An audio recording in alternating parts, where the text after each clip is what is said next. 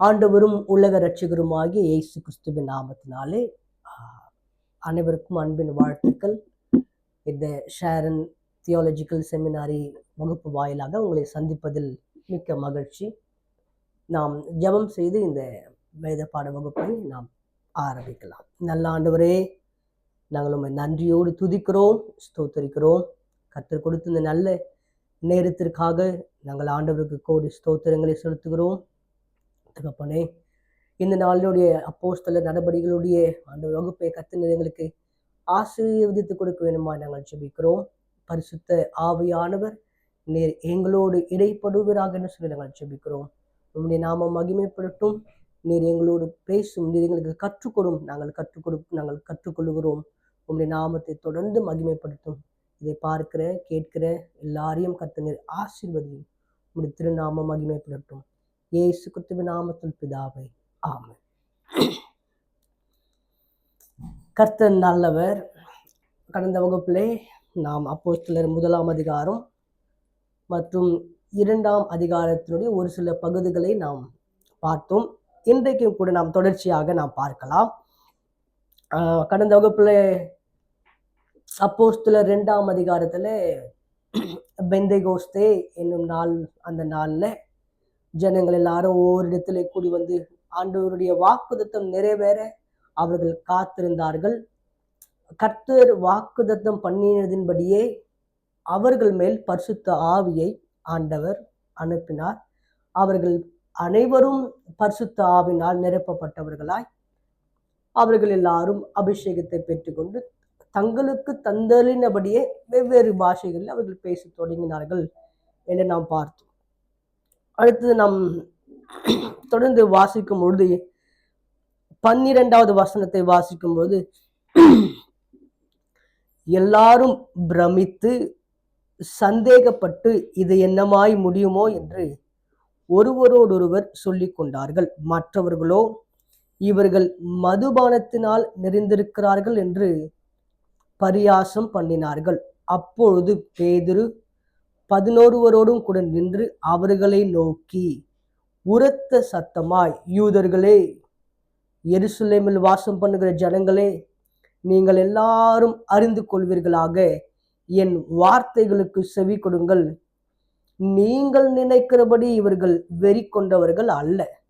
பொழுது விடிந்து 3ஆம் மணி வேலையா இருக்கிறதே என்றார். ஜனங்க எல்லாரும் சொல்றாங்க, இவர்களெல்லாம் பார்க்கும் பொழுது நம்ம பாஷைகளை இவங்க பேசுறாங்களே, இவர்கள் கலிலேயர் அல்லவா அப்படின்னு ஜனங்களுக்குள்ளே ஒரு ஒரு குழப்பம். சில பேருக்கு சந்தேகம், இவங்க ஒருவேளை குடிச்சு வெறித்திருக்கிறாங்களோ அப்படின்ற ஒரு கேள்வி. இந்த சூழ்நிலையில தான் பேதுரு என்ன பண்றாரு, 11 பேரு கூட அவர் எழுந்து நிற்கிறார். எழுந்து நின்று பேதுரு சொல்றாரு ஜனங்களை பார்த்து, உரத்த சத்தமாய், யூதர்களே, எருசலேமில் வாசம் பண்ணுகிற ஜனங்களே, நீங்கள் எல்லாரும் அறிஞ்சு நீங்க கேட்க வேண்டிய ஒரு வார்த்தை இருக்கு. அது என்னன்னா, நீங்கள் நினைக்கிறபடி இவர்கள் என்ன பண்ணல, வெறி கொண்டவர்கள் அல்ல. பொழுது விடிந்து 3ஆம் மணி வேலையா இருக்கிறது. 3ஆம் மணி வேலைனா காலையில 9 மணி நேரமா இருக்குது. அப்படி இருக்கிற பட்சத்துல எப்படி நாங்க வெறி கொள்ள முடியும், எப்படி நாங்க குடித்திருக்க முடியும் அப்படின்றார். ஜனங்களுக்கு ஒரு தெளிவை கொடுக்கிறார். அநேக ஆயிரக்கணக்கான யூதர்கள் கேட்டுக்கொண்டிருக்கிறாங்க. 120 பேர் மத்தியிலே ஆவியானவர் பொழிந்தருளினார். ஆண்டவர் பலமாய் ஆவியானவர் அவரை நிரப்புறாரு. அவங்க இதுவரையில இல்லாத அளவுக்கு ஒரு மிகப்பெரிய சத்தத்தோட ஆண்டவர் அவர்களுக்கு கொடுத்த பாஷைகளை பேசுறாங்க. இதை யார் கேட்டுக்கொண்டிருக்கிறாங்கன்னா, சுற்றிலும் இருக்கிற ஜனங்கள் கேட்டுக்கொண்டிருக்கிறாங்க. அந்த மேல் மாடிக்கு கீழே பார்த்தீங்கன்னா தாவீது ராஜாவுடைய அவருடைய கல்லறை இருக்கு. அந்த கல்லறையை பார்க்கிற ஜனங்க, அங்க நிறைய கூட்டமா ஜனங்க இருந்தாங்க. கல்லறையை பார்த்துட்டு இருக்கிறாங்க. வேதத்தை நாம் வாசிச்சோம், பூமியில் இருக்கிற சகல அநேக இடங்களிலிருந்து நிறைய ஜனங்க வந்ததாகவும் அவங்க எல்லாரும் கூடியிருக்கிறதாகவும் நான் பார்த்தோம். இப்போ இந்த யூதர்கள் எல்லாரும் கீழே இருக்கிற அந்த எருசலேமில் இருக்கிற தாவீதினுடைய அந்த கல்லறையை பார்க்க நிறைய பேர் வந்திருக்கிறாங்க. ஏன்னா அது என்ன நாள்?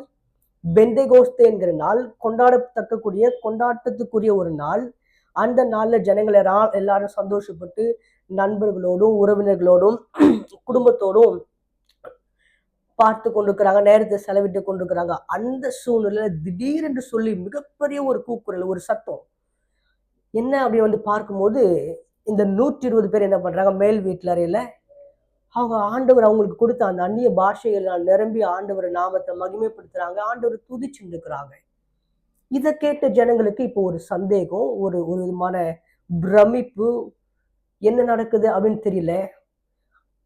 ஆனா ஒரு சிலர் சொல்றாங்க இவங்க வந்து குடிச்சு வெறிச்சிருக்கிறாங்கன்றாங்க. உடனே இதை கேட்ட பேதுரு எழுந்து நின்று சொல்றாரு, நீங்க நினைக்கிற மாதிரி நாங்க என்ன பண்ணல, நாங்க குடிக்கல. இது வந்து 3ஆம் மணி வேலை. அப்படின்னா 3ஆம் மணி வேலை காலையில 9 மணி நேரமா இருக்கு, இந்த நேரத்துல எப்படி குடிக்க முடியும், நாங்க குடிக்கல அப்படின்னு சொல்லிட்டு அவங்களுக்கு தெளிவா என்ன பண்றாரு சொல்றார். சொல்லிட்டு பேதுரு ஒரு மிகப்பெரிய ஒரு பிரசங்கத்தை அவர் பண்றார். ரொம்ப சூப்பரான ஒரு பிரசங்கத்தை அவர் பண்றார். அவர் பிரசங்கம் பண்றதுக்கு முன்னாடி அந்த பிரசங்கத்தினுடைய தாக்கத்தை நம்ம பார்க்கணும்னு சொன்ன அப்போஸ்தலர் அதே 2ஆம் அதிகாரத்துல 37வது வசனத்தை நம்ம வாசிச்சோம்னா, இதை அவர்கள் கேட்ட பொழுது இருதயத்திலே குத்தப்பட்டவர்களாகி பேதுருவையும் மற்ற அப்போஸ்தலரையும் பார்த்து, சகோதரரே, நாங்கள் என்ன செய்ய வேண்டும் என்றார்கள். ஜனங்கள் எல்லாரும் பிரமிச்சு போய் நிற்கிறாங்க. சில பேருக்கு குழப்பம், சந்தேகம், கேள்வி, என்ன நடக்குதுன்னு பல பேருக்கு தெரியல. ஏன்னா அப்பதான் அவங்க என்ன பண்றாங்க, மேல வந்து பாக்குறாங்க இப்படி ஒரு காட்சி. இதுவரை அவங்க அப்படி ஒரு காட்சியை பார்த்ததே கிடையாது. அப்போ பேதுரு என்ன பண்றாரு, பிரசங்கம் பண்றாரு. அவருடைய பிரசங்கத்தை கேட்ட ஜனங்க என்ன பண்றாங்களா, அவங்க சொல்றாங்க, இருதயத்திலே குத்தப்பட்டவர்களாகி பேதுருவையும் மற்ற அப்போஸ்தலரையும் பார்த்து, சகோதரரே, நாங்கள் என்ன செய்ய வேண்டும் என்று கேட்கிறாங்களாம். பேதுருவுடைய பிரசங்கம் அபிஷேகத்தை, பரிசுத்த ஆவியானவரை பெற்றுக்கொண்ட பிற்பாடு பேதுருவானவர் தைரியமாய் நின்று அவர் தைரியத்தோட யூதர்களுக்கு அவர் பிரசங்கம் பண்ணுகிறார். அதுல அவர் சொல்றாரு, வாசிக்கலாம் 16வது வசனத்துல, தீர்க்கதரிசியாகிய யோவேலினால் உரைக்கப்பட்டபடியே இது நடந்திருக்கிறது. கடைசி நாட்களில் நான் மாம்சமான யாவர் மேலும் என் ஆவியை ஊற்றுவேன். அப்போது உங்கள் குமாரரும் உங்கள் குமாரத்திகளும் தீர்க்க தரிசனம் சொல்லுவார்கள். உங்கள் வாலிபர் தரிசனங்களை அடைவார்கள். உங்கள் மூப்பர் சொப்பனங்களை காண்பார்கள். என்னுடைய ஊழியக்காரர் மேலும் என்னுடைய ஊழியக்காரிகள் மேலும் அந்நாட்களில் என் ஆவியை ஊற்றுவேன். அப்பொழுது அவர்கள் தீர்க்க தரிசனம் சொல்லுவார்கள். அல்லாமலும் உயர வானத்திலே அற்புதங்களையும் தாழ பூமியிலே ரத்தம் அக்கினி புகைக்கடாகிய அதிசயங்களையும் காட்டுவேன். கர்த்தருடைய பெரிதும் பிரகாசமுமான நாள் வரும் முன்னே சூரியன் இருளாகவும் சந்திரன் இரத்தமாகவும் மாறும். அப்பொழுது கர்த்தருடைய நாமத்தை தொழுது கொள்ளுகிறவன் எவனோ அவன் ரட்சிக்கப்படுவான் என்று தேவன் உரைத்திருக்கிறார் என்பதாக நிறைவேறப்பட்ட வாக்குத்தத்தத்தை குறித்து இங்க அவர் பேசுறார். இந்த யூதர்களுக்கு தீர்க்க தரிசனம் ரொம்ப பிடிக்கும். தீர்க்க தரிசனத்தை விரும்புகிறவர்கள் யூதர்கள். அதே மாதிரி தீர்க்க தரிசனத்தின் நிறைவேறுதல் ரொம்ப பிடிக்கும். நிறைவேறின தீர்க்க தரிசனத்தை அவங்களோடு சொன்னா அவங்களுக்கு அது ரொம்ப பிடிக்கும். அவங்க ஏற்றுக்கொள்ள ரொம்ப சந்தோஷப்படுவாங்க. அதுக்காக ஆண்டவருக்கு நன்றி சொல்லுவோம். இப்போ பேதுரு அவர் எப்படி அவருடைய பிரசங்கத்தை ஆரம்பிக்கிறார்னா, யோவேலினால் சொல்லப்பட்ட, யோவேல் தீர்க்க தரிசனால் உரைக்கப்பட்ட அந்த வார்த்தை நிறைவேறுதலை குறித்து அவர் இங்க பிரசங்கம் பண்றார். பேதுரு ஜனங்களை பார்த்து சொல்றாரு, நீங்க படிக்கிற அந்த நெபின் கெத்துபின் அந்த தனாக்ல இருக்கிற யோவேல் தீர்க்க தரிசனால் சொல்லப்பட்ட அந்த வார்த்தை நிறைவேறி இருக்கு அப்படின்னு சொன்ன உடனே ஜனங்களை என்ன பண்றாங்க, ஆர்வமா கேட்கறாங்க. பேதுரு என்ன சொல்ல வரார் அப்படின்னு கேட்கும்போது அவர் அடுத்து சொல்றாரு, இஸ்ரவேலரே, நான் சொல்லும் வார்த்தைகளை கேளுங்கள். நீங்கள் அறிந்திருக்கிறபடி நசரேயனாகிய இயேசுவை கொண்டு தேவன் உங்களுக்குள்ளே பலத்த செய்கைகளையும் அற்புதங்களையும் அடையாளங்களையும் நடப்பித்து அவைகளினாலே அவரை உங்களுக்கு வெளிப்படுத்தினார். அப்படி இருந்தும் தேவன் நிர்ணயித்திருந்த ஆலோசனையின்படியையும் அவருடைய முன்னறிவிப்பின்படியையும் ஒப்பு கொடுக்கப்பட்ட அந்த இயேசுவை நீங்கள் பிடித்து அக்கிரமக்காரருடைய கைகளினாலே சிலுவையில் ஆணி அடித்து கொலை செய்து.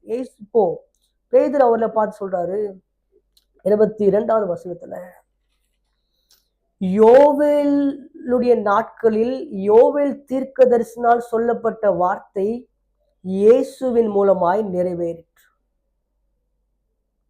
இயேசு கிறிஸ்து அநேக அற்புதங்களையும் அநேக அடையாளங்களையும் அவருடைய ஊழிய நாட்களிலே அவர் வாழ்ந்த காலத்திலே இயேசு கிறிஸ்து செய்தார். ஆகவே அந்த யோவேலினுடைய தீர்க்க தரிசனத்தின் நிறைவேறுதலாக இயேசு கிறிஸ்து அநேக அற்புதங்களையும் அடையாளங்களையும் செய்தார் என்பதாக ஜனங்கள்கிட்ட சொல்லிட்டு அவர் அடுத்தது சொல்றாரு, அந்த இயேசுவை தான் நீங்க என்ன பண்றீங்க, பிடிச்சு அக்கிரமக்காரருடைய கைகளினாலே சிலுவையில் ஆணி அடித்து கொலை செஞ்சீங்க. இப்போ அந்த மேல் வீட்டறையில 120 பேர் ஜனங்கள் இருக்கிறாங்க.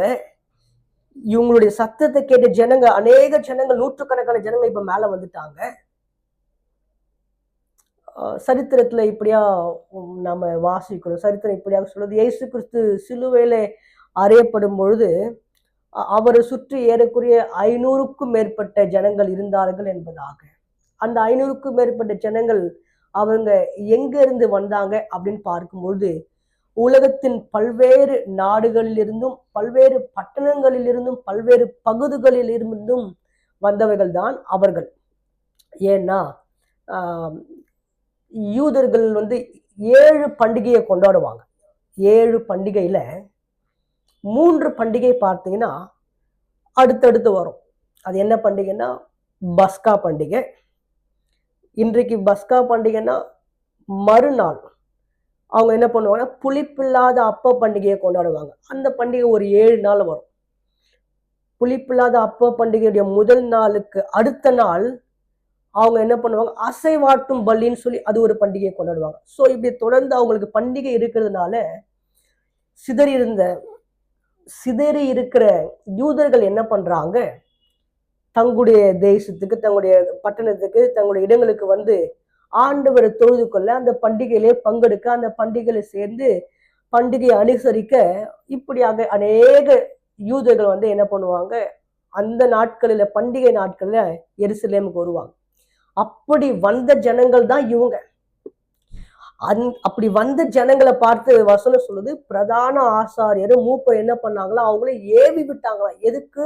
இயேசுவை சிலுவையில் அறைய சொல்லி நீங்க கத்துங்க, சத்தம் போடுங்க, நீங்க கூக்குரல் இடுங்க, அப்பதான் என்ன பண்ணுவாங்க, இயேசுவை சிலுவையில் அறைவாங்கன்னு சொல்லிட்டு அவங்களை என்ன பண்றாங்களா, ஏவி விடுறாங்க.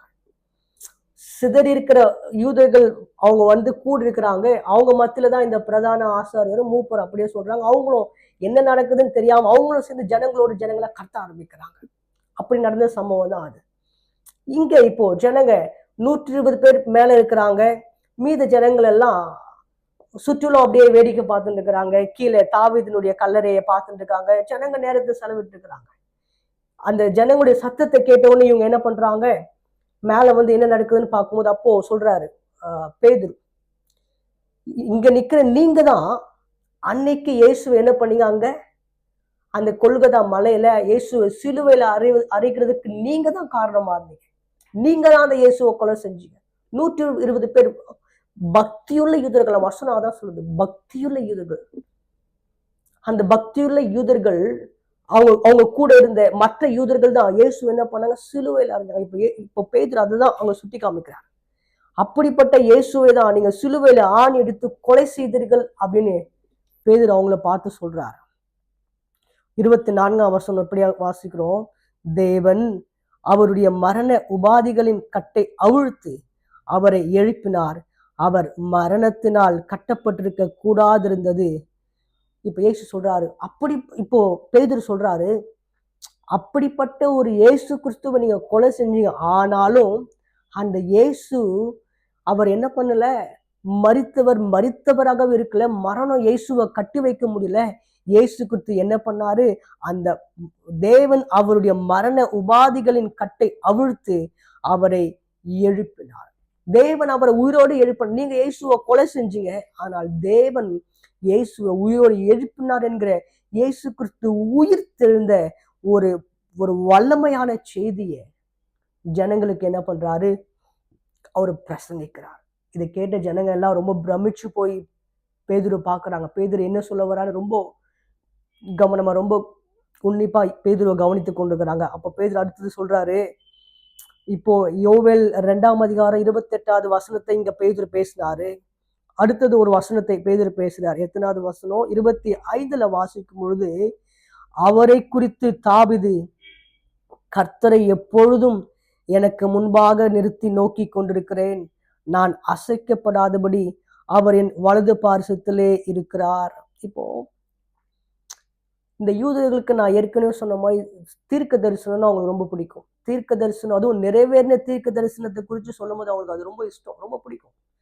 அதை பேசிட்டு இப்போ ஒரு ஒரு சாட்சியுள்ள ஒரு ஒரு வார்த்தையை, ஒரு வசனத்தை பேசுறாரு. சங்கீதம் 16ஆம் சங்கீதத்துல 8வது வசனத்துல இருந்து 11ஆம் வசனத்துல வரலும் தாவீது பேசின அந்த வார்த்தையை இங்க பேசுறார்.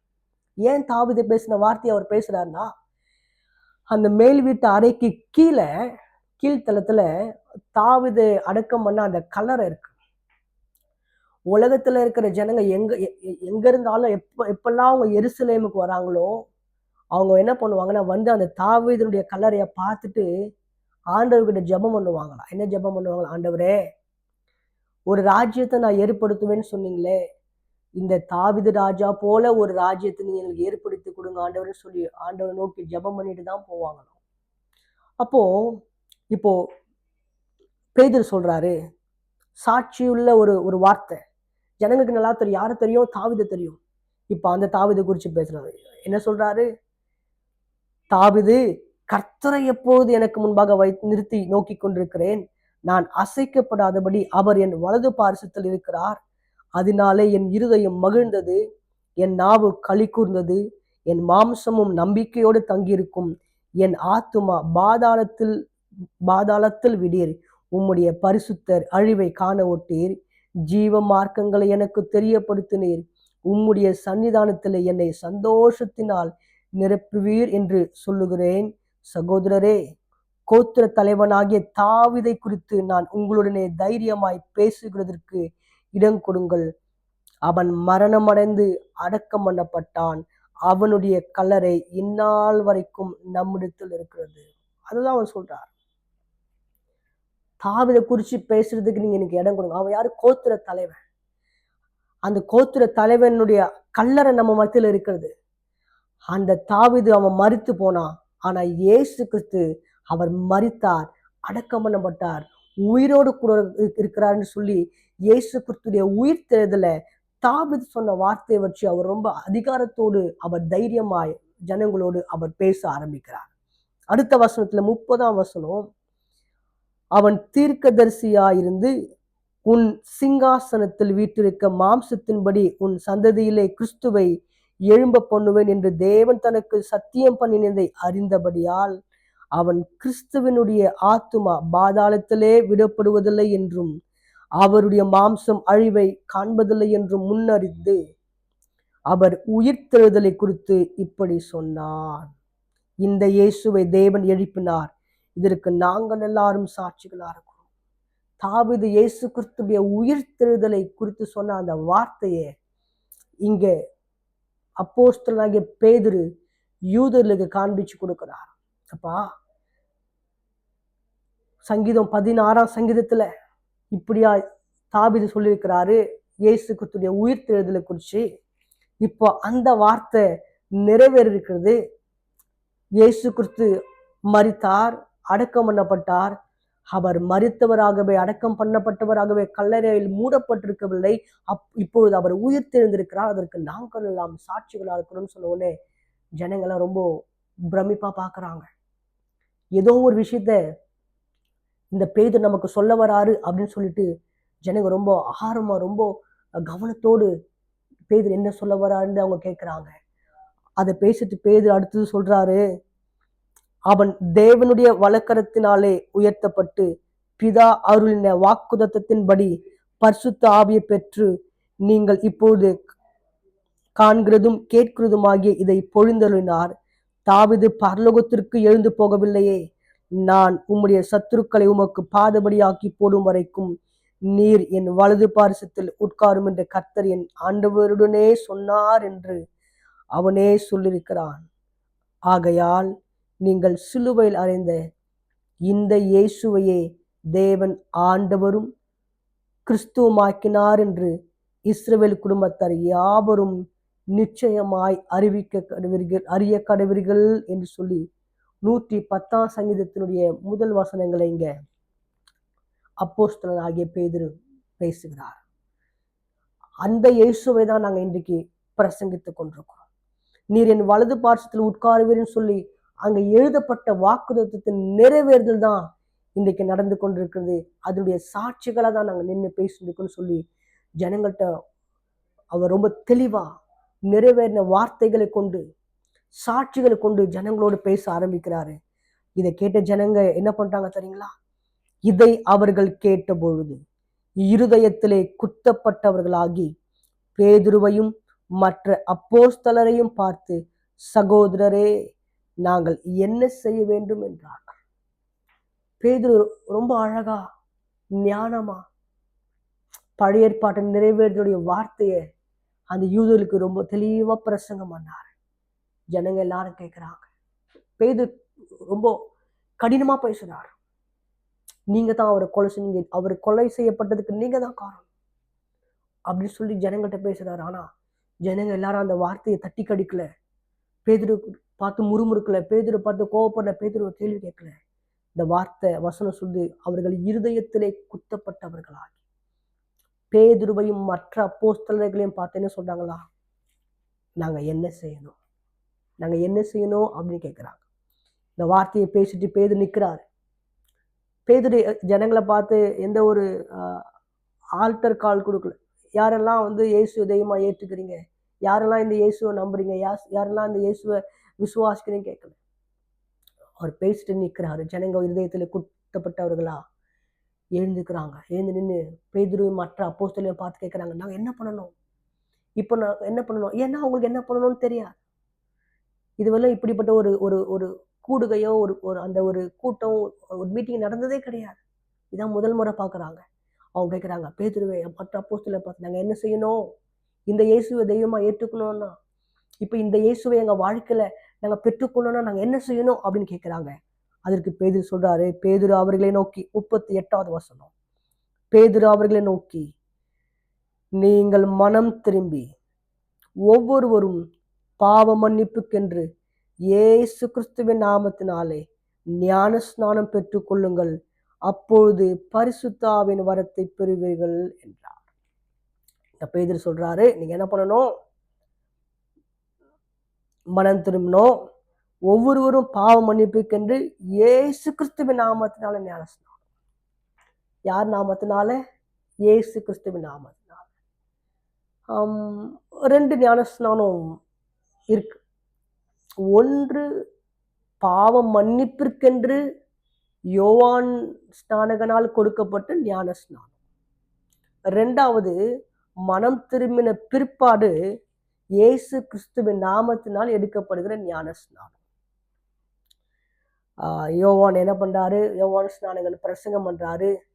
அந்த பிரசங்கத்துக்கு ஜனங்க எல்லாரும் இருதயத்தில் குத்தப்பட்டவர்களாய் அவங்க பாவத்தை அறிக்கையிடுற விதமா யோவான் ஸ்நானகன்ட்ட கேட்குறாங்க, நாங்க இப்ப என்ன பண்ணணும்னு கேட்குறாங்க. அவர் சொல்றாரு, மனம் திரும்புதலுக்கேற்ற ஞான ஸ்நானத்தை நீங்கள் பெற்றுக்கொள்ளுங்கள்ன்றார்.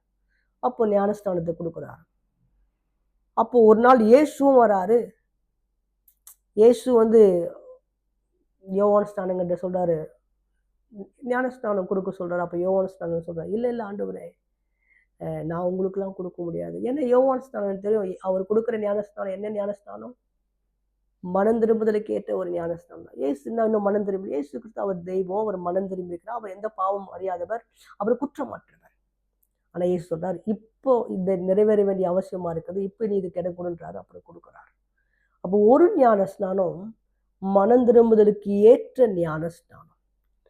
2வது ஞான ஸ்நானம் இயேசு கிறிஸ்துவின் நாமத்தினாலே ஞான ஸ்நானம் பெறுங்கள்னு சொல்லி இங்க பேதுரு சொல்ற ஞான ஸ்நானம் என்னன்னா, மத்தேயு 28ஆம் அதிகாரத்தை நம்ம வாசிக்கிறோம் இல்லைங்களா?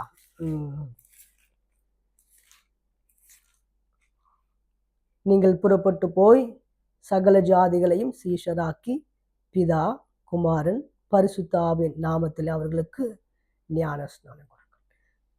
பிதா, குமாரன், பரிசுத்த ஆவியின் நாமத்தினாலே கொடுக்கப்படுகிற ஞான ஸ்நானத்தை தான் இங்க பேதுரு குறிப்பிடுறார். அதுதான் இயேசு கிறிஸ்துவின் நாமத்தினாலே எடுக்கப்படுகிற ஞான ஸ்நானம். அந்த ஞான ஸ்நானத்தை தான் இங்கே பேதுரு என்ன பண்றாரு, பேசுறாரு. இந்த ஞான ஸ்நானத்தை குறித்து சிலருக்கு சில கேள்விகள், சில சந்தேகங்கள், சில புரியாத காரியங்கள் இருக்கும்.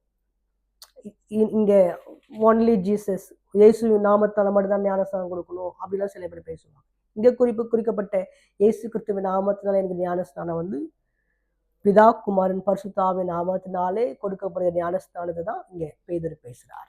அதுல நம்ம ரொம்ப தெளிவா இருக்கணும், நம்ம குழம்பிடக்கூடாது. அடுத்த வசனம் 39வது வசனம், வாக்குத்தத்தமானது உங்களுக்கும் உங்கள் பிள்ளைகளுக்கும் நம்முடைய தேவனாகிய கர்த்தர் வரவழைக்கும் தூரத்தில் உள்ள யாவருக்கும் உண்டாயிருக்கிறது என்று சொல்லி இன்னும் அநேக வார்த்தைகளாலும் சாட்சி கூறி மாறுபாடுள்ள இந்த சந்ததியை விட்டு விலகி உங்களை ரட்சித்துக் கொள்ளுங்கள் என்றும் புத்தி சொன்னார். ஒரு பக்கம் பிரசங்கமும் பண்றாரு.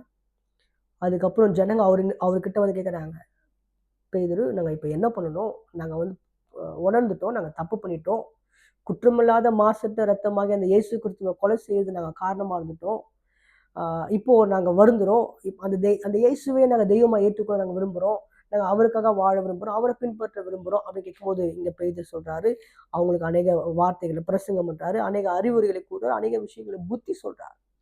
நீங்க என்ன பண்ணுங்க, மாறுபாடு இந்த சந்தேகத்தை விட்டு நீங்க விலகி உங்களை ரட்சித்துக் கொள்ளுங்கன்னு சொல்லும்போது ஜனங்க எல்லாரும் அதை மனசார ஏற்றுக்கிறாங்க. ஏற்றுக்கொண்டு நடக்கிற சம்பவம் 41வது வசனம், அவனுடைய வார்த்தையை சந்தோஷமா ஏற்றுக்கொண்டவர்கள் ஞான ஸ்நானம் பெற்றார்கள். அன்றைய தினம் ஏறக்குறைய 3000 பேர் சேர்த்து கொள்ளப்பட்டார்கள். இந்த 3000 பேர் எங்க யாருன்னா, அந்த பெந்தேகோஸ்தே நாள்ல அந்த பண்டிகையை கொண்டாட வந்த ஜனங்க, ஆயிரக்கணக்கான ஜனங்க அந்த எருசலேம்ல அந்த தாவீதினுடைய அந்த கல்லறை சுற்றி இருக்கிற அந்த இடங்களில அந்த பண்டிகையை அனுசரிக்க வந்தவங்க ஆயிரக்கணக்கான ஜனங்கள் இருக்கிறாங்க. அந்த சத்தத்தை கேட்டவுடனே எல்லாரும் என்ன பண்றாங்க, போய் பார்க்கறாங்க. இப்படிப்பட்ட ஒரு சம்பவம் நடக்குது. பேதுரு பிரசங்கம் பண்றாரு. அந்த பிரசங்கத்தை கேட்டு இருதயத்துல குத்தப்பட்டவங்களை இவங்க என்ன பண்றாங்க, அவர்களுடைய வாழ்க்கையை ஆண்டவருக்கு அர்ப்பணிச்சு இவங்க என்ன பண்றாங்க, எல்லாரும் ஞான ஸ்நானப்படுறாங்க. அன்றைக்கு ஆண்டவர் எத்தனை பேரை ரட்சித்து கொண்டாரு? 3000 பேர். எத்தனை பேர் ரட்சிக்கப்படுறாங்க? 3000 பேர் என்ன பண்றாங்க, சேர்த்து கொள்ளப்பட்டாங்க. அப்படின்னா ரட்சிக்கப்பட்டாங்க, கர்த்தரை தெய்வமா ஏற்றுக்கொண்டாங்க, மேசியாவை விசுவாசிச்சாங்க. இவர்தான் மேசியா, இவர்தான் கிறிஸ்து என்பதை விசுவாசி. இவர் எனக்காக மரிச்சாரு, என் பாவங்களுக்காக தான் அவர் மரிச்சார், என் அக்கிரமங்களுக்காக தான் அவர் மரிச்சார், எனக்கு சமாதானத்தை உண்டு பண்ற ஆக்கினையை அவர் ஏற்றுக்கொண்டார், என்னுடைய வாழ்க்கையுடைய நன்மைக்காக தான் அவர் சிலுவையில தன்னை ஒப்பு கொடுத்தான்னு சொல்லி ஜனங்கள் எல்லாரும் ஏற்றுக்கொண்டாங்க. அன்றைக்கு அறுப்பின் பண்டிகை அந்த நாள்ல ஆண்டவர் 3000 ஆத்துமாக்களை தன்னுடைய ராஜ்யத்துக்கென்று அவர் சேர்த்து கொண்டார். 3000 ஜனங்கள் ரட்சிக்கப்பட்டாங்க அன்றைக்கு. இதுதான் நாங்க நடந்த சம்பவம். அடுத்தது நம்ம வாசிக்கும் பொழுது 42வது வசனம். இப்போ 3000 ஜனங்கள் ரட்சிக்கப்பட்டுட்டாங்க. ஆயிரக்கணக்கான விசுவாசிகள் இப்ப இருக்கிறாங்க. இயேசு கிறிஸ்துவை பின்பற்றுகிற ஜனங்கள் இவர்கள் எல்லாரும். அங்கதான் என்ன ஆகுதுன்னா, அப்போஸ்தலர் 2ஆம் அதிகாரத்துல தான் ஒரு தேவாலயம் அல்லது ஜபாலயம், கர்த்தரை ஜனங்கள் எல்லாரும் ஒன்று கூடி கர்த்தரை ஆராதிக்கிற ஒரு காரியம் அங்க ஏற்படுது. முதல்ல இங்கதான் ஜபாலயம் உருவாகுது. ஜனங்க எல்லாரும் என்ன பண்றாங்களா, 42வது வசனத்தை நாம் வாசிக்கும்போது, அவர்கள் அப்போஸ்தலருடைய உபதேசத்திலும் அந்யோன்யத்திலும் அப்பம் பிற்குதலிலும் ஜபம் பண்ணுதலிலும் உறுதியாய் தரித்திருந்தார்கள். இப்ப என்ன பண்றாங்க? ரட்சிக்கப்பட்ட அந்த ஜனங்கள் எல்லாம் 3000 பேரும் மற்ற அப்போஸ்தலர் எல்லாரும் சேர்ந்து என்ன பண்றாங்களா? இந்த அப்போஸ்தலர்கள் என்ன பண்றாங்க? அவர்களுக்கு உபதேசம் பண்றாங்க. அநேக சாட்சிகளை கூட்டுறாங்க, அநேக வசனங்களை எடுத்து சொல்றாங்க. இயேசு கிறிஸ்துவுடைய பாரம் மரணத்தை குறித்து பேசுறாங்க. இயேசு கிறிஸ்துவுடைய உபதேசத்தை, சுவிசேஷத்தை, இயேசு கிறிஸ்துவனுடைய உயிர்த்தெழுதலை குறித்து அவங்கள்ட்ட பேசுறாங்க. ஜனங்களுக்கு அந்த வார்த்தை அவங்களுடைய இருதயத்துல போய் சேருது. அவங்க எல்லாரும் என்ன பண்றாங்களாம்? வசனம் சொல்லுது, அவங்க அந்யோன்யத்துல, ஏன்னா எல்லாரும் ஒரு மனமா இருக்கிறாங்க. அவங்களுக்குள்ள ஒரு ஒற்றுமை, ஒரு ஐக்கியம் இருந்துச்சு. அப்பம் பிற்குதலிலும்னா இது திருவிருந்து பந்தி கிடையாது, அது வேற. இது எல்லாரும் ஒன்று சேர்ந்து ஒன்னா உட்காந்து ஆகாரம் சாப்பிடுகிற அந்த காரியத்தை குறித்து இங்க சொல்லப்பட்டிருக்கிறது. அப்பம் பிற்குதலிலும் ஜபம் பண்ணுதலிலும் உறுதியாய் தரித்திருந்தார்கள். 43ஆம் வசனம், எல்லோருக்கும் பயம் உண்டாயிற்று. அப்போஸ்தலர்களாலே அநேக அற்புதங்களும் அடையாளங்களும் செய்யப்பட்டது. விசுவாசிகள் எல்லாரும் ஒருமித்திருந்து சகலத்தையும் பொதுவாய் வைத்து அனுபவித்தார்கள். இப்போ ஆண்டவர் என்ன பண்ண ஆரம்பிச்சிட்டாரு? அப்போஸ்தலரை கொண்டு பயங்கரமான காரியங்களை செய்ய ஆரம்பிச்சிட்டார். அநேக அற்புதங்கள், அநேக அதிசயங்கள். இப்போ அநேக இடங்களிலிருந்து வந்த இந்த யூதர்கள் என்ன பண்றாங்க? அந்த அறுப்பின் பண்டிகையா முடிஞ்சிருச்சு, அவங்க கிளம்பி போக போறாங்க. இந்த வார்த்தையை கேட்ட ஜனங்கள் எல்லாரும் ரொம்ப வைராக்கியமா அந்த வார்த்தையை ஏற்றுக்கொண்டவர்களா, அந்த பேதுருவை விட்டும் அந்த ஜனங்களை விட்டும் அந்த கூட்டத்தை விட்டு போக மனதில்லாதவர்களா, கொஞ்சம் கஷ்டம்தான். கஷ்டத்தோடு என்ன பண்றாங்க? வேற வழி இல்லாம தங்களுடைய வீடுகளுக்கு, தங்களுடைய இடங்களுக்கு என்ன பண்றாங்க? நாடுகளுக்கு போறாங்க. போற ஜனங்க அவங்க என்ன பண்ணாங்க தெரியுமா? போய் அவங்க இருந்த இடத்துல அவங்க சும்மா இல்ல, அவங்க எங்கெல்லாம் அவங்க வாழ்ந்தாங்களும், அவங்க வாழ்ந்த அவங்க சமுதாயத்துல, அவங்க வீட்டுல, அவங்க பகுதிகளில அவங்க மிகப்பெரிய ஒரு ரட்சிப்புக்கு காரணமா இருந்தாங்க, ஒரு எழுப்புதலுக்கு காரணமா இருந்தாங்க. அந்த ரட்சிப்பின் வாசல், அந்த ரட்சிப்பின் அலை எங்கெல்லாம் போனாங்களோ அங்கெல்லாம் வீச ஆரம்பிச்சது. அநேக ஜனங்கள் இயேசு கிறிஸ்துவை தெய்வமாய் ஏற்றுக்கொண்டாங்க. பரவி போன யூதர்கள் யாரும் சும்மா கிடையாது. பெற்றுக்கொண்ட அந்த அபிஷேகம் அவங்கள சும்மா இருக்க விடல. ஆண்டவருக்காக வைராக்கியமாய் நின்று இயேசுதான் கிறிஸ்து என்று சொல்லி பிரசங்கம் பண்ண ஆரம்பித்தார்கள். இப்ப இங்க இருக்கிற யூதருங்க என்ன பண்ற? எருசலேம்ல இருக்கிற யூதருங்க என்ன பண்றாங்களா? அவங்க 44ஆம் வசனம், விசுவாசிகள் எல்லாரும் ஒருமித்திருந்து சகலத்தையும் பொதுவாய் வைத்து அனுபவித்தார்கள். காணியாட்சிகளையும் ஆஸ்திகளையும் விற்று ஒவ்வொருவனுக்கும் தேவையானதற்கு தக்கதாக அவைகளில் எல்லாருக்கும் பகிர்ந்து கொடுத்தார்கள். அவர்கள் ஒருமனப்பட்டவர்களாய் தேவாலயத்திலே அனுதினமும் தரித்திருந்து வீடுகள் தோறும் அப்பம் பிட்டு மகிழ்ச்சியோடும் கபடமில்லாத இருதயத்தோடும் போஜனம் பண்ணி தேவனை துதித்து ஜனங்கள் எல்லாரிடத்திலும் தயவு பெற்றிருந்தார்கள். ரட்சிக்கப்படுகிறவர்களை கர்த்தர் அனுதினமும் சபையிலே சேர்த்து கொண்டு வந்தார். இந்த ஜனங்கள் என்ன பண்றாங்க? அவங்களுக்குள்ள ஒரு ஏற்றத்தாழ்வு கிடையாது. எல்லாரும் யூதர்கள் தான். அவங்களுக்குள்ள கபடி இல்லாதவர்களா இருந்தாங்களா? நீங்க பெரியவங்க, நான் பெரியவன், நான் உயர்ந்தவன், நீங்க தாழ்ந்தவங்க, நான் வசதி படைச்சவன், நீங்க வசதி இல்லாதவங்க அப்படின்ற எந்த ஒரு அவங்களுக்குள்ள ஒரு குழப்பமோ ஒரு ஏற்றத்தாழ்வோ இல்லாம அவங்க எல்லாருக்குள்ள ஒரு மனசு இருந்துச்சு. ஒரு மனதோடு அவங்க என்ன பண்றாங்க? ஆண்டவரை தேடுறாங்க, அவங்க ஜெபிக்கிறாங்க, கர்த்தருடைய வார்த்தையை வாசிக்கிறாங்க, தியானிக்கிறாங்க. வீடுக்கு வசனம் சொல்லுது, அவங்க என்ன பண்ணாங்களாம்? வீடுகள் தோறும் அப்பம் பெற்று மகிழ்ச்சியோடும் கபடமில்லாத இருதயத்தோடும் போஜனம் பண்ணி தேவனை துதித்து ஜனங்கள் எல்லாரிடத்திலும் தயவு பெற்றிருந்தார்கள். அவங்க லைஃப், அவங்களுடைய வாழ்க்கையே முற்றிலுமா கர்த்தர் மாற்றிட்டார். எப்ப தெரியுமா அந்த வாழ்க்கை மாறிச்சு? ஒரு விஷயம் நம்ம ரொம்ப நல்லா புரிஞ்சுக்கணும். பக்தியுள்ள யூதருங்க இவங்க,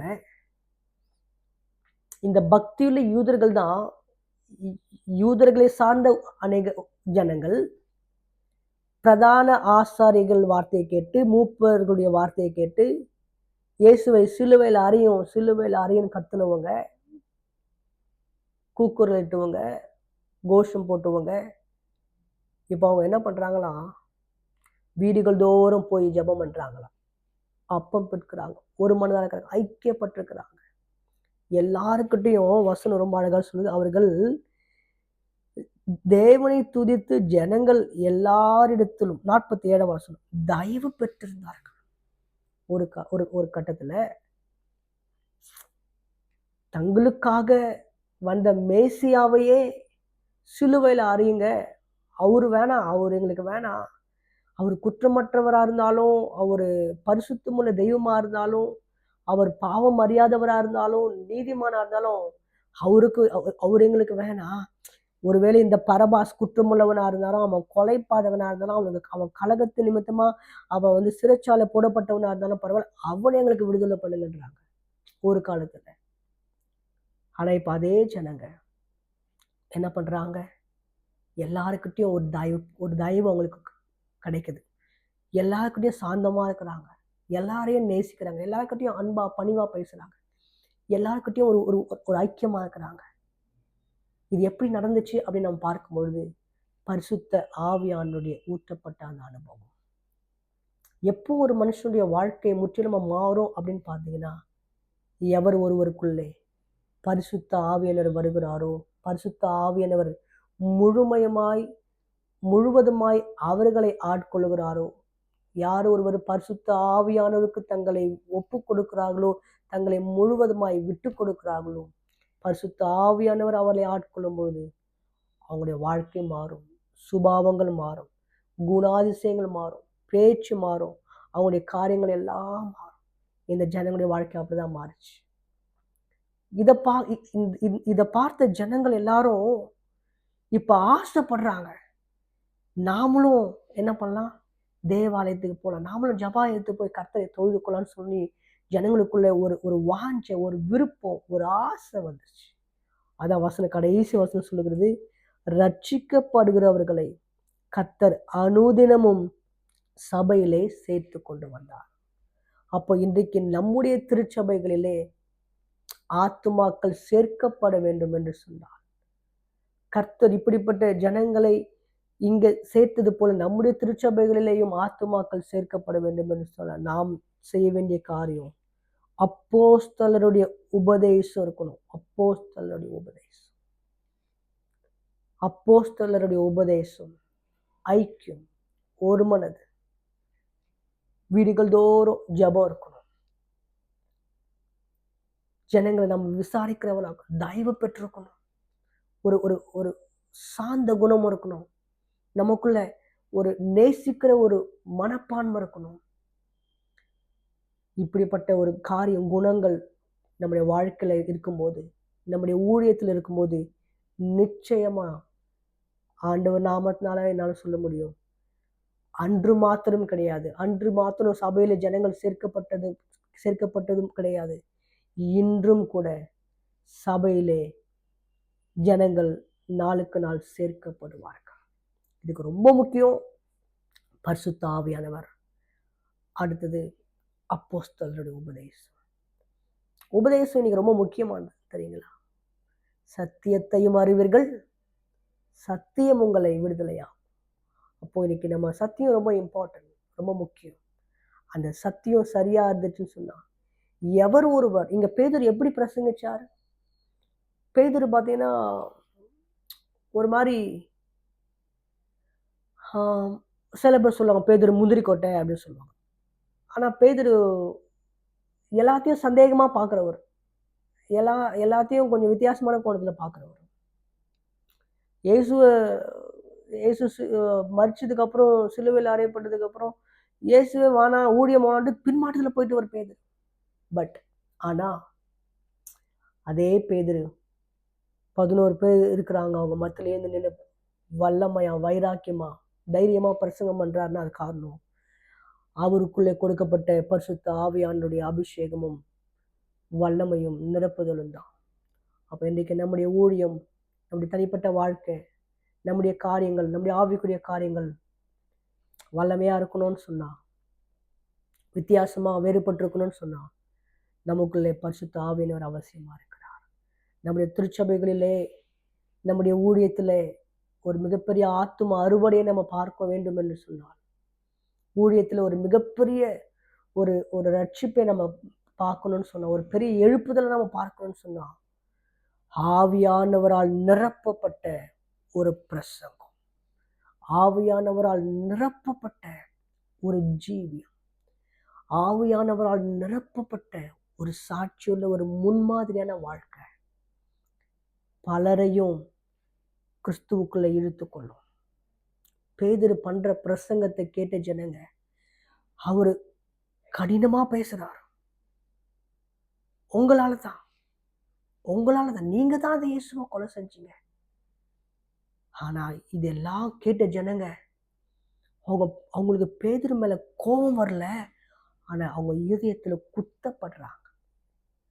எவர் ஒருவர் பரிசுத்த ஆவியினால நிரப்பப்பட்டு ஆவியானவருடைய துணையோடு கர்த்தருடைய வார்த்தையை பகிர்ந்து கொள்றாங்களோ, பிரசங்கம் பண்றாங்களோ, உபதேசிக்கிறாங்களோ, அவர்களுடைய பிரசங்கத்தில், அவர்களுடைய உபதேசத்தில், அவர்களுடைய வார்த்தையில அந்த ஜீவன், அந்த வல்லமை புறப்பட்ட ஜனங்களுடைய இருதயத்தை சந்திக்க ஆரம்பிக்கும். ஆவியானவர் ஜனங்களோடு இடைப்பட ஆரம்பிப்பார். ஜனங்கள் தங்களுடைய வாழ்க்கையை இயேசுவுக்கு ஒப்பு கொடுப்பார்கள். அப்படி ஒப்பு கொடுத்தவங்க தான் இந்த 3000 பேர். ஒரே பிரசங்கம், 3000 ஆத்தும ரட்சிப்பு. இன்றைக்கு நாம் அநேக பிரசங்கங்களை செய்து கொண்டிருக்கிறோம். ஆனால் அந்த பிரசங்கத்துக்கான ஒரு ரட்சிப்பு, அதற்கான நமக்கு அந்த பதில் இருக்கா, அந்த பிரசங்கத்துக்கு ஏற்ற ஒரு பலன் இருக்கா அப்படின்னு பார்க்கும்போது பலன் மிக குறைவு இல்லைங்களா? ஆனா அன்னைக்கு வசனம் அழகா சொல்லுது, ரட்சிக்கப்படுகிற ஜனங்களை கர்த்தர் அனுதினமும் சபையில சேர்த்து கொண்டு வந்தார். இன்றைக்கு நம்முடைய சபைகளில், நம்முடைய குடும்பத்தில, ஊழியத்தில கர்த்தர் ஆத்தும அறுவடையை கொடுக்க அவர் சித்தமுள்ளவராய், விருப்பமுள்ளவராய் இருக்கிறார். அறுப்பு மிகுதி, வேலையாட்களோ ரொம்ப குறைவு. வேலையாட்கள் குறைவா இருந்தாலும் ஒரே ஒரு பேதுரு தான் 3000 பிரசங்கம், 3000 ஆத்துமாக்கள் ரட்சிப்போம். ஒரே ஒரு பிரசங்கம் 3000 பேர் ரட்சிக்கப்பட்டாங்க. அப்ப நம்மும் கூட பேதுருவை போல வைராக்கியத்தோடு அபிஷேகத்தில் நிறைந்தவர்களாய் நாம் கர்த்தரை நாம் பிரசங்கிக்கும் போது, கர்த்தர் நிச்சயம் நம்முடைய வாழ்க்கையிலே, ஊழியத்திலே, திருச்சபையில மிகப்பெரிய ஆத்தும அறுவடை கொடுக்க தேவன் போதுமானவராக இருக்கிறார். என்னை கேட்டுக்கொண்டிருக்கிற எனக்கு அன்பானவர்களே, அந்த பேதுருவை வல்லமையாய் பயன்படுத்தின தேவன் தான் இன்றைக்கு அவர் நம்முடைய தேவனா இருக்கிறார். வசனத்தை நம்ம வாசிச்சோம் இல்லைங்களா? அப்போஸ்தலர்களை கொண்டு ஆண்டவர் அநேக அற்புதங்களையும் அடையாளங்களையும் செய்ததுனால ஜனங்களுக்குள்ள ஒரு மிகப்பெரிய பயம் உண்டாச்சு. ஒரு காலத்துல ரொம்ப ஏளனமா, பரியாசமா பார்த்தவங்கெல்லாம் இன்னைக்கு பயப்படுறாங்க. ஏன்? அவங்களுக்குள்ள ஏதோ ஒரு மிகப்பெரிய ஒரு ஒரு ஒரு அசாத்தியமான ஒரு வல்லம் இருக்கு. இதுவரையும் பார்த்த பேதுரு மாதிரி இவர் இப்ப பேசல, வித்தியாசமா பேசுறார். அந்த அபிஷேகம் எவ்வளோ பெரிய மனுஷனா இருந்தாலும் அபிஷேகம் அவனை அப்படியே உடைச்சி அவங்கள அப்படியே சரண்டரா ஆக்கிரும், ஒப்பு கொடுக்க வச்சிரும். அப்படிப்பட்ட ஒரு ஊழியத்தை செய்ய நம்மை அர்ப்பணித்துக் கொள்வோம். கர்த்தர் தேசத்திலே, சமுதாயத்திலே நம்மை கொண்டு வருகிற நாட்கள்ல பெரிய காரியங்களை செய்வாராக. நாம் அடுத்த வகுப்புல நாம் அப்போஸ்தலர் நடவடிக்கையுடைய 3ஆம் அதிகாரத்தினுடைய காரியங்களை நாம் பார்க்கலாம். கர்த்தர் தாமே இந்த நாளுடைய வகுப்பை நமக்கு ஆசீர்வதித்து கொடுக்கும். நாம் ஜெபிக்கலாம். நல்ல தகப்பனே, அப்பா உம்மை நன்றியோடு நாங்கள் துதிக்கிறோம், ஸ்தோத்திரிக்கிறோம். அப்போஸ்தலர் நடவடிக்கைகள் புத்தகத்திலிருந்து ஆண்டவரே அநேக காரியங்களை கற்றுக்கொள்ள கர்த்தர் எங்களுக்கு கொடுத்த கிருபைகளுக்காக உமக்கு ஸ்தோத்திரம். பரிசுத்த ஆவியானவர் எங்களோடு ஆண்டவரை இடைப்பட்டு எங்களுக்காக கற்றுக் கொடுத்த எல்லா காரியங்களுக்காக உமக்கு நன்றி. எந்த அப்போஸ்தலனாகிய பேதுரு ஒரு காலத்திலே ஆண்டு பின்மாற்றம் அடைந்தாரோ, ஆண்டவரே இயேசு வேண்டாம், ஊழியம் வேண்டாம் என்று சொல்லி பின்மாற்றத்திற்கு போனார். அதே பேதுருவை கொண்ட கர்த்தர் நீர் அபிஷேகித்து ஆண்டவரே தைரியப்படுத்தி வல்லமையான பிரசங்கத்தை செய்ய வைத்து ஒரே பிரசங்கத்தில் 3000 ஆத்துமாக்கள் ரட்சிக்கப்பட்டார்களே. அவரை கொண்டு அநேக அற்புதங்களை அடையாளங்கள் செய்தீரே. இன்றைக்கு நாங்கள் எங்களை அர்ப்பணித்துக் கொள்கிறோம். எங்களை நீர் அபிஷேகித்து, எங்களையும் தைரியப்படுத்தி, எங்களையும் திடப்படுத்தி, பலப்படுத்தி, ஆண்டவர் நாங்களும் இயேசுதான் கிறிஸ்து என்பதை தைரியமாய் வைராக்கியமாய் பிரசங்கித்து ஆத்தும அறுவடையை கர்த்தாவே கண்டுகொள்ள எங்களை கிருபை செய்யும். ரட்சிக்கப்படுகிற ஜனங்கள் அந்நாட்களில் மாத்திரமல்ல, இந்நாட்களிலும் கூட எங்களுடைய திருச்சபைகளில் அனுதினம் சேர்க்கப்படுவார்களாக சொல்லி நாங்கள் ஜெபிக்கிறோம். அதற்கு ஆண்டவரே உம்முடைய சித்தத்தை செய்ய நீர் விரும்புகிறபடி, நீர் எதிர்பார்க்கிறபடி பரிசுத்த ஆவியானவரை கொண்டு, பரிசுத்த ஆவியானவருடைய ஆண்டவருடைய துணையோடு செய்ய எங்களை அர்ப்பணிக்கிறோம். நீர் பொறுப்பெடுத்துக் கொள்ளும், ஆளுகை செய்யும், உம்முடைய திருநாமத்தை மகிமைப்படுத்தும். உமக்கு எல்லா துதியும் கனமும் மகிமையை நாங்கள் செலுத்துகிறோம். இதை பார்க்கிற கேட்கிற ஒவ்வொருவரையும் ஆசீர்வதியும். அவர்களையும் கர்த்தாவே அப்போஸ்தலர்களை வல்லமையாக எடுத்து பயன்படுத்தினது போல, அப்போஸ்தலர்களை கொண்டு அநேக அற்புதங்களையும் அடையாளங்களையும் நீர் செய்தது போல, ஆண்டவரே எங்களை கொண்டும் பார்க்கிற ஒவ்வொருவரையும் கொண்டு கர்த்தர் நீர் செய்ய வேண்டுமா நாங்கள் செபிக்கிறோம். அதற்கு எங்களை நாங்கள் அர்ப்பணித்துக் கொள்கிறோம். தொடர்ந்து உம்முடைய நாமத்தை மகிமைப்படுத்தும். துதிகன மகிமை எல்லாம் உமக்கு செலுத்துகிறோம். இயேசு கிறிஸ்துவின் நாமத்தில் செபிக்கிறோம் எங்கள் வல்லமையுள்ள நல்ல பிதாவே. ஆமென், ஆமென்.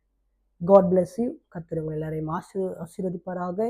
நாம் மீண்டுமாய் அடுத்த வகுப்பிலே சந்திப்போம். கர்த்தருடைய நாமம் மகிமைப்படுவதாக.